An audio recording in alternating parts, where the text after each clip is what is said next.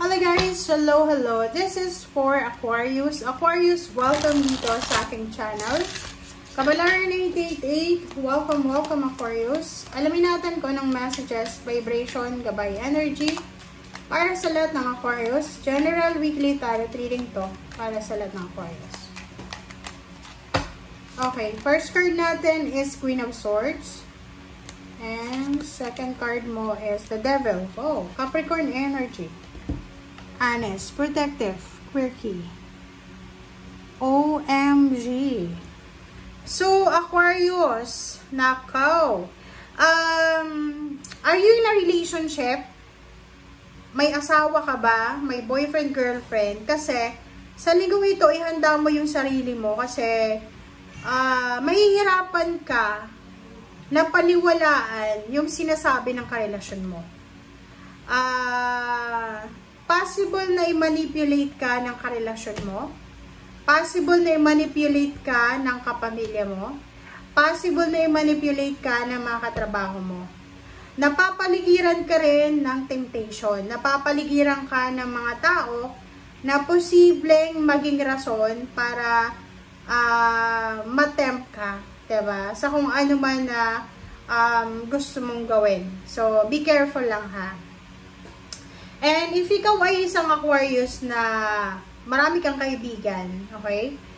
Mag-iingat ka sa pakikipagkaibigan kasi hindi lahat ng kaibigan ay dadalhin ka sa tama. Especially kung mga kaibigan mo ay maraming bisyo. Mag-iingat kayo kasi possible na kayo ay madala sa hindi magandang pakikipagkaibigan or gawain. Alright, so, Aquarius.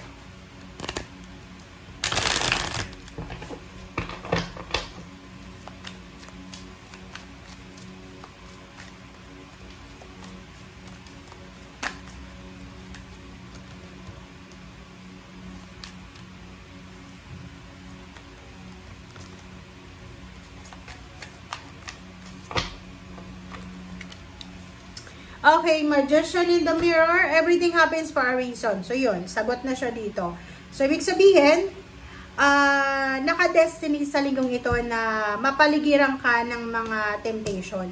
Maparelasyon man yan. Halimbawa na kung ikaw ay masyado kang health conscious, nagda-diet ka, marami kang binabawal sa sarili mo, pagkain or mga habits, this week ay posibleng kung hindi ka masyadong nagpupuyat, pwedeng magpuyat ka, pwedeng mapaligiran ka ng mga taong may bisyo, mga taong posibleng maging source ng manipulation. So, kailangan mo mag-ingat. Okay? Everything happens for a reason daw. Kung ano yung nangyayari sa ngayon ay may dahilan. Okay.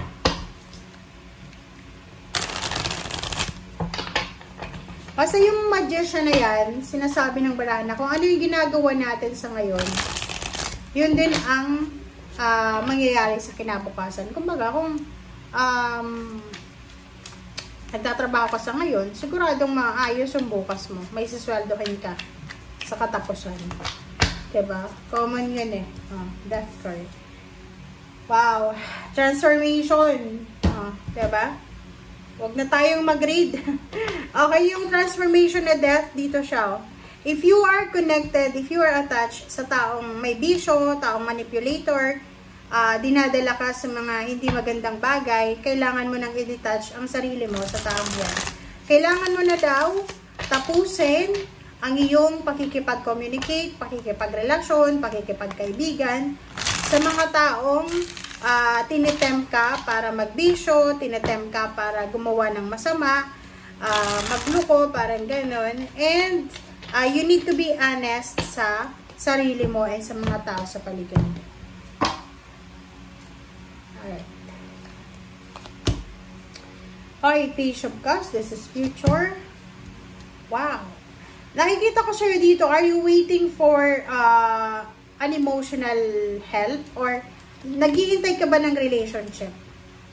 I-comment sa comment section. Kasi dito, meron dito na isang Aquarius na siya ay naghihintay. Maybe naghihintay siya ng relationship naghihintay siya, parang medyo may edad na siya, pero hindi pa siya nag-aasawa kasi hinihintay niya yung tamang tao. Hinihintay niya yung taong ito na hindi lang relationship yung i-offer sa kanya, kundi financial stability. Kumbaga, isang Aquarius ang naghihintay ng pagkakataon na umasenso sa pamamagitan ng pakikipagrelasyon.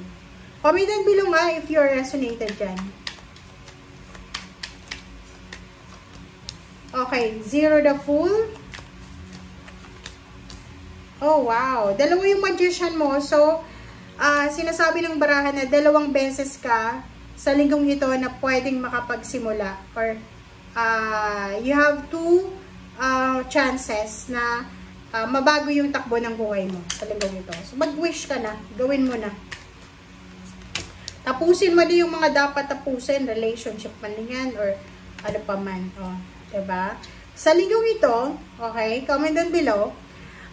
Sa linggong ito, Aquarius, ang sinasabi ng baraha sa'yo dito, makinig kayo ha. Sinasabi ng The Hermit and then 7 of Cups na bilang isang Aquarius, bilang isang tao, meron ka daw na free will. Diba? Hindi tayo animal. So, nilikha tayo ng Panginoon na meron tayong pagkukusa, konsensya. So, sa linggong ito, ikaw ay, kumbaga, dadaan sa isang pagkakataon, sa isang sitwasyon na itetest ka ng universe kung ano ba talaga, kung nagagamit mo ba yung common sense mo, yung pagkukusa, yung free will, or yung konsensya mo. Alright? 0 the Fool, sinasabi ng barahan na maraming oportunidad doon sa mga Aquarius na maraming beses na kayong naloko sa relationship, sa trabaho.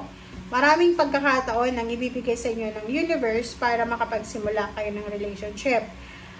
Yung iba naman sa inyo na naghihintay, maybe you're waiting for financial success or emotional success. The Magician is here. Sinasabi na ang magic ay nasa kamay mo. Kung hindi ka kikilos, walang mangyayari sa'yo. 7 of Cups, 5 of Pentacles. You have choice and options. You have the ability na makaalis sa financial problems. Maliban na lang kung disabled ka. Pero minsan yung mga disabled naman, may mga kakayahan naman sila na makaalis sa financial problems. And Page of Pentacles, sinasabi ng barahan na by the end of the week, magfo-focus ka sa paghahanap buhay, paghahanap ng mga additional income, magfo-focus ka sa kung paano ka makakapag-save ng maraming pera or kung paano ka magkakapundar ng bahay or paano mo matutupad yung mga pangarap mo para sa sarili mo and para sa pamilya mo. Okay? Thank you guys for watching, Aquarius, and see you again. Bye!